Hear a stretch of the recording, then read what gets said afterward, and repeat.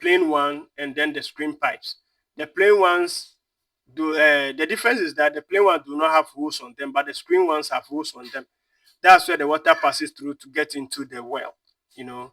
So, and the casings, we have two types. We have the metal casing and then the plastic casing. So nowadays, the metal casing is not that popular nowadays, but the plastic ones are very, very popular, especially here in Ghana, you know. So when you install the pipes, then you do something called gravel packing. That one you use quartz, the stones here, the whitey stones here, you know, you use quartz, you know, to do what? Pack at pack inside the well, beside this thing, the casing, you know, so that it will prevent the direct contact of this soil or rock from it, and it will provide a space where there could be easy flow of water into the well. So that's what we do. And then after it, you do backfilling. After it, you do sanitary sealing. You know, when you gravel pack, you know, there's this gravel pack using quartz. You know, one thing that will happen is that you use grouting, sometimes cement grouting, to cover the surface of it, of the gravel pack, and then you do backfilling. You know, when you do backfilling, sometimes people prefer to do chamber so that it also serves as another sanitary seal on the surface, you know. But sometimes we do something like a chamber around the well so that it also serves as this thing, a sanitary seal. Now, why one asks, why wouldn't we use some other material such as granitic material, granitic material, or competent rock? The reason why we use quartz is that quartz can disintegrate. You know, they can disintegrate, they can break into smaller pieces, but they don't decompose. You know, the chemical don't change so that it may form something else. You know, so like the sand, you see that the sand, it is broken into smaller pieces. You know, those are the smaller pieces of most often quartz. Now when you use a granitic material, it contains iron. You know, it contains iron. So when it disintegrates and then decomposes, what happens is that the water may get polluted.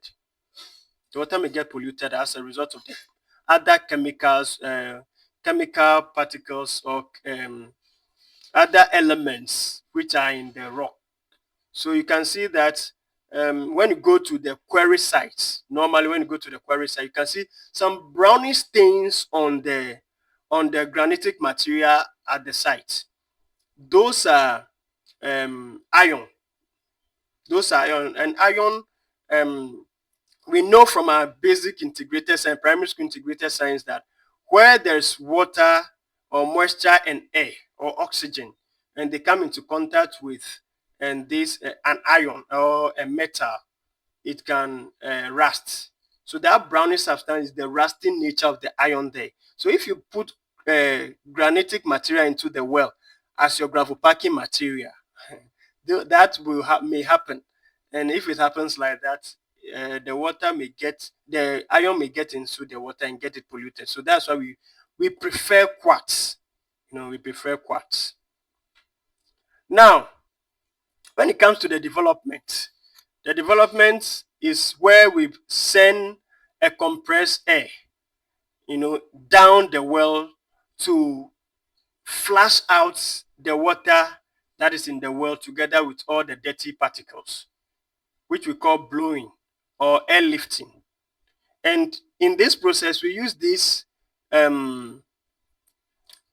water to even estimate our yield that we use for the pumping test. You know, so when we blow the air out of it, what happens is that we are able to flush out every dirt. So after the borehole is drilled, there's this dirt inside it that you want to take away. You want to blow it out and then flush the water until it becomes clean. If it is not done properly, as I did a video on that one, if it is not done properly, you see that your water will always come out dirty. Your water will always come out muddy and all that. You have muddy water and all that.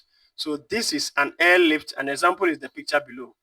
You can see some airlift going on here. The water is being gassed out, flushed out. I mean, so that it takes care of this thing is taken care of.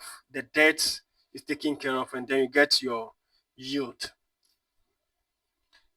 Now, what is the objective of a pumping test? The objective of a pumping test, I mean, is to determine the performance of the well, how much water we can get from the well, the efficiency of the well, I mean, or the performance and the different rates of discharge, And when we use these informations to estimate our aquifer parameters such as transmissivity, or how easily water can flow into the well, how much water it can hold, and the likes. There's so many aquifer parameters. Just some are listed: the transmissivity, hydraulic conductivity, and then storativity.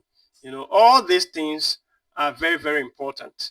And this will inform you of the pump that you should buy, the submersible pump, whether you should buy 1.5 horsepower, because you may buy one and that you pump the water one, two, and water is finished from the well. And when it continues like that, always you have to ensure, it has to be ensured that there's water around the submersible pump. There's so much water around the submersible pump so that when it is working and it gets it can cool easily. But if there's no water around it, there's no column of water around the pump, it can get destroyed, can spoil, and all that. And the aquifer too, when we are doing the pumping test, one thing that happens is that you want to also do a little bit a further cleaning of the well. When you're pumping, it also comes out with the remaining debris that may be invisible. So when you're pumping it, you're pumping everything out. It also helps. So we have basically yield, like the quantity of water you can get from this thing. So during the pumping test, when you're doing a calculation and analysis, one thing that we look at is the potential yield. When we talk about the potential yield, we mean what is the total volume of water that we can get from this well. That's the potential yield. What is the total volume or amount of water we can get from the well? That's the total, like. And then we have the sustainable yield.